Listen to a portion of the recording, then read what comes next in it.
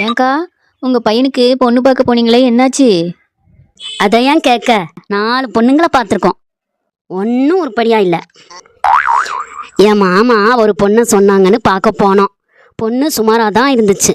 அது பிரச்சனை இல்லை, வாயாடியான். அப்பனா உங்களுக்கு நல்ல நேரம் போகும்க்கா.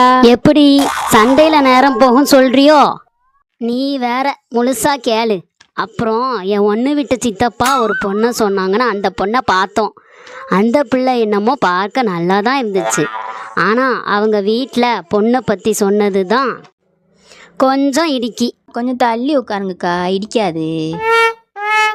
இவ ஒருத்தி எதையாவது சொல்லிட்டு கிடக்கா. சரிக்கா, சொல்லுங்கக்கா.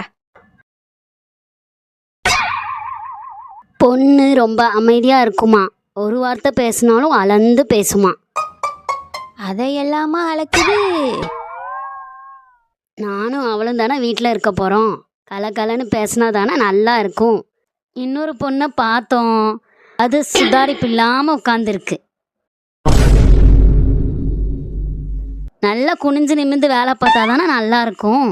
அதான் அதுவும் சரிப்பட்டு வராதுன்னு விட்டுட்டேன்.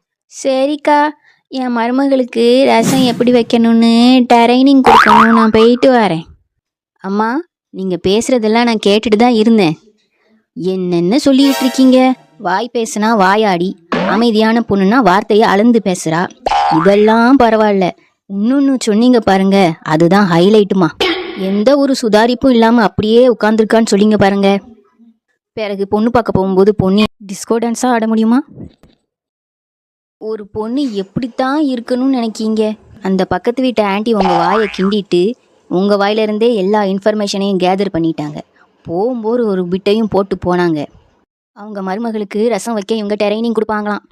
இதுலேருந்து என்ன தெரியுது? அவன் மருமகளுக்கு ரசம் கூட ஒழுங்காக வைக்க தெரியலன்னு தெரியுது.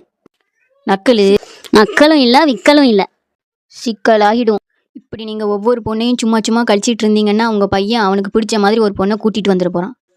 நீங்களே அதுக்கு காரணமாக இருந்துடாதீங்க, பார்த்துக்கோங்க. நான் சொல்கிறது கரெக்டு தானே மக்களே?